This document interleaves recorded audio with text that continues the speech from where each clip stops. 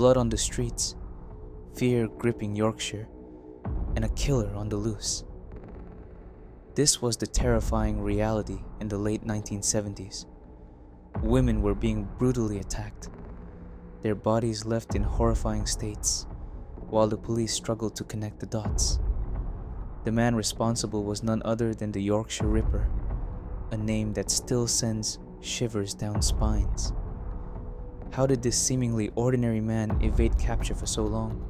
And what finally brought his reign of terror to an end?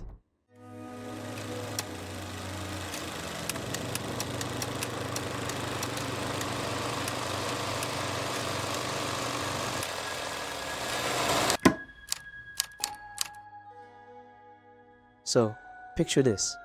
It's the late 1960s in Yorkshire, England. Our guy, let's call him Mr. X for now, is living a pretty normal life. He's married, working, and just going about his daily business. He seemed like your average Joe. Mr. X was a lorry driver, a job that kept him on the road for long stretches of time. He had a steady job and was known to be a bit of a loner, but nothing too out of the ordinary, right? Now, Mr. X's life took a sharp turn, and it's all tied to a deeply personal event. You see, he was married to a woman he absolutely adored. They had their ups and downs like any couple, but he was totally committed to her. Everything changed when he discovered that his beloved wife had cheated on him. This was the trigger that unleashed the darkness within him. Imagine the devastation he felt. The woman he trusted most had betrayed him, and this betrayal festered inside him, growing into a deep-seated hatred. But here's the thing. Instead of confronting her or dealing with it in any rational way, Mr. X's mind took a sinister turn.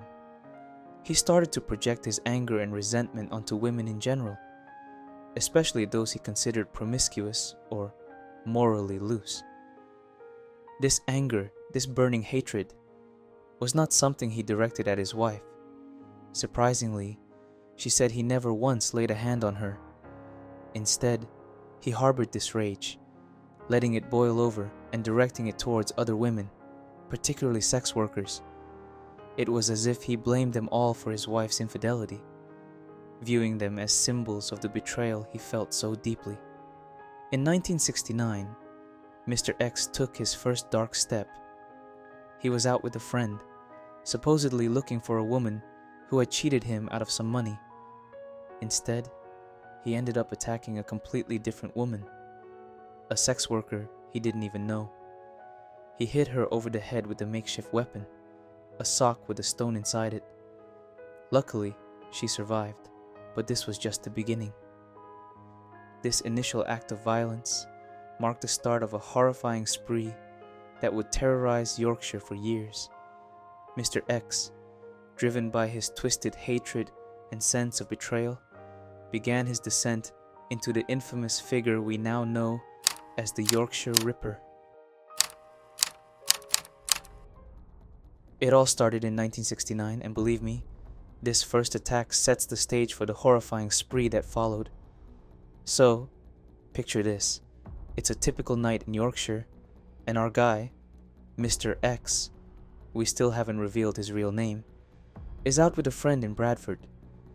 They're driving around in a minivan, supposedly on the hunt for a woman who owed him some money. Now, whether this woman was a friend or a sex worker is a bit unclear, but what's crystal clear is that Mr. X was on the prowl. As they cruised around, Mr. X spotted a different woman, a sex worker, who had no idea she was about to become his first victim. He followed her into a nearby garage, carrying a makeshift weapon, a sock with a stone stuffed inside. I know, it sounds like something out of a twisted crime novel, but this was very real. Once inside the garage, with the woman unaware of his presence, Mr. X struck. He swung the sock with the stone, aiming for her head. But here's the twist. After the first blow, the stone tore through the sock and flew out, rendering his weapon useless. Can you imagine the shock and panic? Both for the woman and, weirdly enough, for Mr. X too. Despite the attack, the woman wasn't seriously injured. She managed to get up and, in a stroke of quick thinking, followed Mr. X to his friend's minivan, where she memorized the license plate. This detail is crucial because it could have led to Mr. X's capture right then and there. However, the woman decided not to press charges. You see, back in those days, the police didn't take sex workers' reports very seriously. They often dismissed such cases as mere disagreements with clients. Knowing this, she figured it wasn't worth the hassle. But let's not forget, this was just the beginning. The failure of his improvised weapon didn't deter Mr. X. If anything, it seemed to fuel his dark ambitions even more.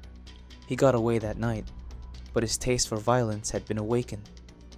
The woman's survival was nothing short of a miracle, but for Mr. X, it was just a bump in the road on his path to becoming the Yorkshire Ripper. This first attack is so crucial because it shows us a couple of things. First, it highlights the sheer randomness and brutality of his methods.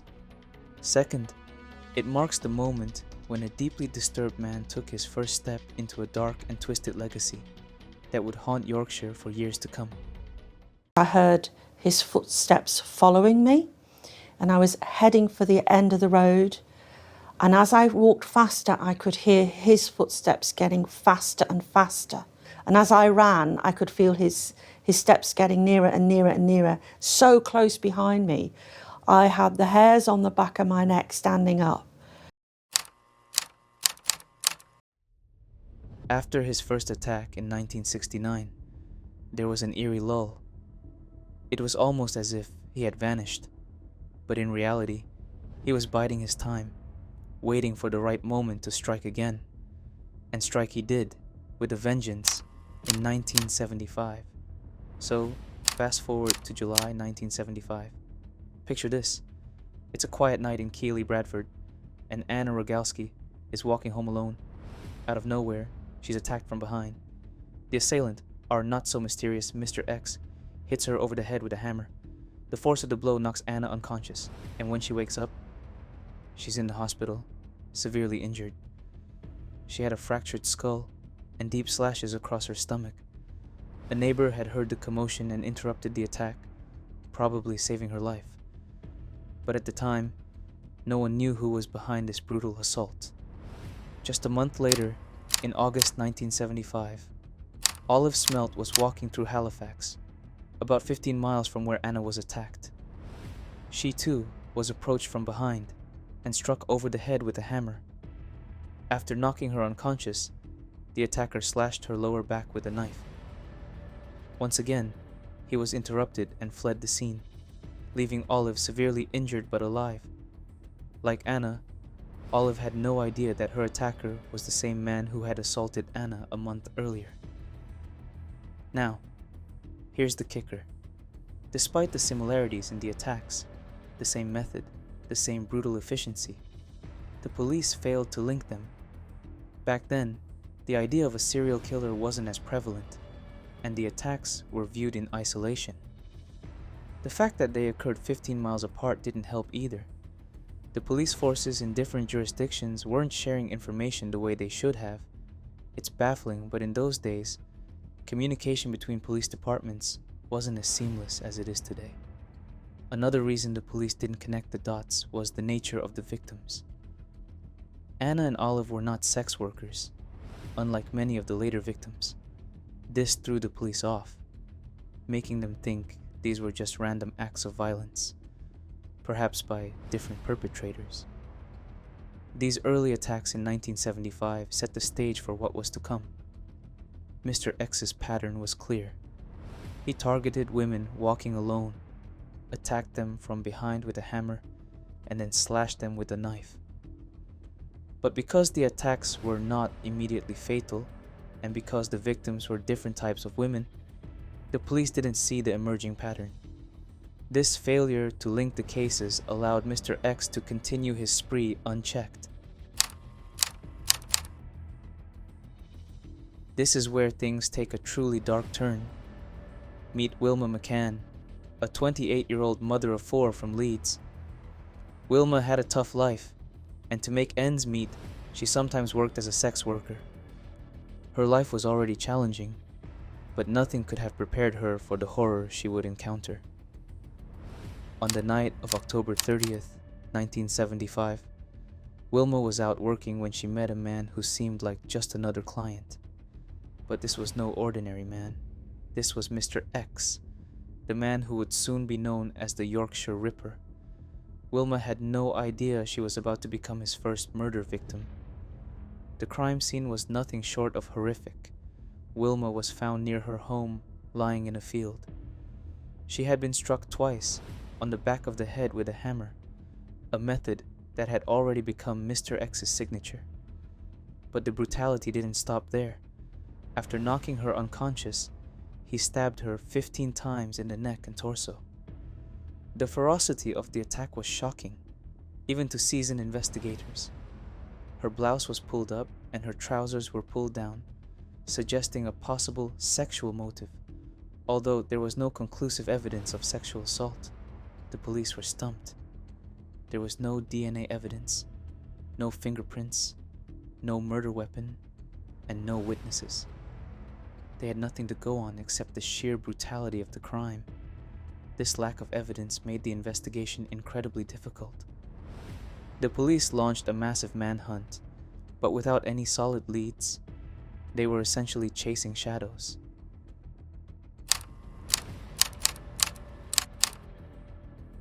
On January 20th, 1976, Emily Jackson, a 42-year-old mother of 3, became the Ripper's second known victim. Like Wilma, Emily also worked as a sex worker. She was found in a derelict industrial area in Leeds. The scene was gruesome. She had been struck in the head with a hammer and then stabbed 52 times with a screwdriver. Her body was found behind a bakery, and disturbingly, there was a boot print on her thigh. A crucial piece of evidence. No, we don't know the motive at the present time. We don't think it's sex and we don't think it's robbery at this stage. The third victim was Irene Richardson, a 28-year-old woman, murdered on February 5th, 1977. Irene was found in Roundhay Park in Leeds. She had been hit over the head with a hammer and then stabbed multiple times in the neck and stomach. Near her body, the police found tire tracks and boot prints, similar to those found at Emily Jackson's crime scene. This evidence started to form a pattern, but the police were still struggling to piece it all together. Despite these emerging clues, the police were having a tough time connecting the dots. The boot prints and tire marks were significant, but they didn't have the technology we have today to match them quickly and accurately. The investigation was slow, and the lack of a centralized database made it even harder. Then the media got involved, and things took on a whole new level of intensity. As the body count rose, the press began to draw parallels between these murders and those committed by the infamous Jack the Ripper in Victorian London. The nickname Yorkshire Ripper started appearing in headlines, and the public's fear and fascination grew. The pressure on the police mounted as they struggled to catch the killer. The media frenzy wasn't entirely negative, though. It brought more attention to the case, and people started coming forward with tips. Unfortunately, many of these leads were dead ends, but some provided valuable insights that helped shape the investigation.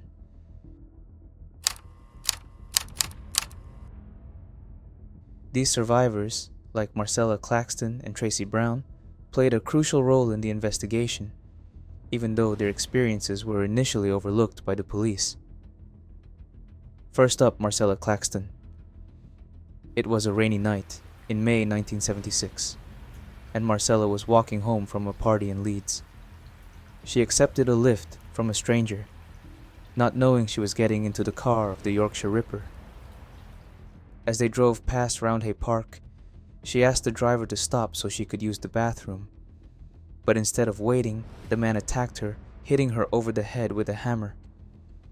Marcella was pregnant at the time and suffered severe head injuries. Miraculously, she managed to walk half a mile to a phone box to call for help. She survived but tragically lost her baby due to the attack. Marcella provided a detailed description and police sketch of her attacker, but it wasn't linked to the Ripper's known murders at the time. Then there's Tracy Brown, who was only 14 years old when she was attacked in August 1975. Tracy was walking home alone at night in Silsden, West Yorkshire, when she was suddenly struck from behind. She never saw her attacker, but remembered being repeatedly hit over the head. A passing car scared the assailant away, saving her life. Tracy needed brain surgery but survived and later provided a police sketch. Like Marcella's case, her attack wasn't connected to the Ripper's murders because she wasn't a sex worker. Both Marcella and Tracy's police sketches bore a striking resemblance to each other and to the real Yorkshire Ripper, but because these women didn't fit the victim profile of sex workers, their cases weren't linked to the ongoing murder investigation. This oversight was a huge missed opportunity for the police and allowed the Ripper to continue his spree unchecked. Now, let's fast forward to September 1979, when the murder of Barbara Leach, a 20-year-old university student, marked a turning point. Barbara was walking home from a night out with friends in Bradford when she encountered the Ripper. Her body was found in a back alley, brutally beaten and stabbed. The public was outraged. Unlike previous victims, Barbara wasn't a sex worker, which shattered the police's theory that the killer was targeting only prostitutes. The pressure on the police reached a boiling point. With the public demanding action, the police knew they had to up their game. They introduced new investigative methods, including a massive door-to-door inquiry and the deployment of more officers on the streets. The media played a crucial role in this renewed effort, keeping the case in the spotlight and urging the public to stay vigilant. But then came a massive curveball, the infamous hoax letters and tape from Wareside Jack. In 1978, a man claiming to be the Yorkshire Ripper sent letters and an audio tape to the police and the Daily Mirror newspaper. The letters and tape were postmarked from Sunderland and featured a distinctive Wareside accent. This led the police to focus their investigation on Sunderland, diverting resources and attention away from Yorkshire. The hoax had a devastating impact. The police, convinced the letters and tape were genuine, wasted precious time and manpower chasing false leads. They even released the tape to the public, hoping someone would recognize the voice. It was played on TV, radio, and even in pubs, but it led nowhere. The real Yorkshire Ripper, Peter Sutcliffe, continued his killing spree while the police were distracted.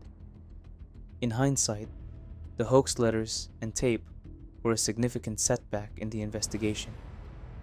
They not only misled the police, but also gave the real Ripper more time to operate. The public outcry grew louder, and the pressure on the police intensified as the body count continued to rise. It all started with what seemed like a routine arrest for a minor offense. On January 2nd, 1981, Peter Sutcliffe was picked up by the police in Sheffield's red light district. He was sitting in the car with a sex worker, and the cops noticed his car had false license plates. Little did they know, they had just nabbed one of the most wanted men in Britain. As Sutcliffe was being taken to the police station, the officers decided to check his car. What they found was chilling: a hammer and a knife hidden behind the seat. Remember, these were his weapons of choice during his attacks. This discovery set off alarm bells, and they realized they might have more than just a minor offender on their hands. Back at the station, Sutcliffe's story began to unravel. During his interrogation, he initially gave weak excuses for why he had these weapons, but the evidence was stacking up, and the pressure was on. After 2 days of intense questioning, Sutcliffe finally broke.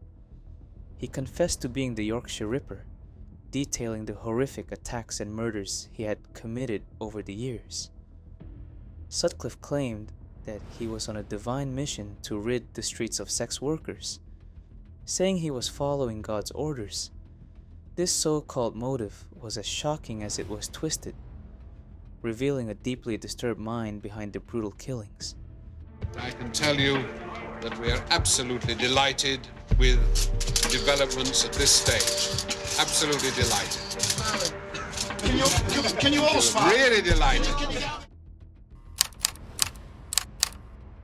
Peter Sutcliffe's trial began on May 5th, 1981, at the Old Bailey in London.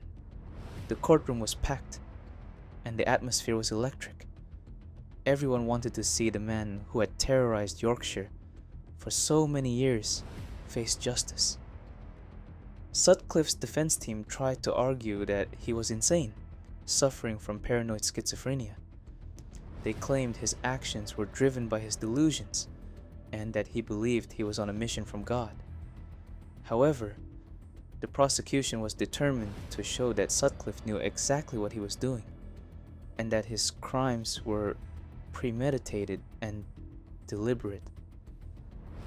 The jury listened to weeks of harrowing testimonies and chilling details about the murders.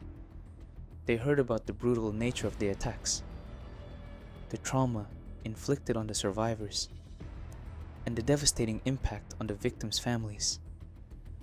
Despite the defense's claims, the jury was convinced that Sutcliffe was fully aware of his actions. On May 22nd, 1981, the jury delivered their verdict, guilty on all counts of murder and attempted murder. Sutcliffe was sentenced to 20 life terms, with the recommendation that he serve a minimum of 30 years. However, it was made clear that he would likely never be released. Sutcliffe was initially sent to Parkhurst Prison, but was soon transferred to Broadmoor Hospital, a high-security psychiatric facility, after being diagnosed with paranoid schizophrenia. Life in Broadmoor was far from easy for Sutcliffe. Given the nature of his crimes, he was a target for other inmates. Over the years, he was attacked multiple times. In one incident, he was stabbed in both eyes by a fellow inmate, leaving him partially blind. Despite these attacks, Sutcliffe remained in Broadmoor for several decades. In 2010, he was deemed well enough to be transferred back to a regular prison, and he was moved to HM Prison Franklin. Even there, the threats and violence continued, reflecting the deep hatred many felt towards him. So, what are your thoughts on this? Let us know in the comments below.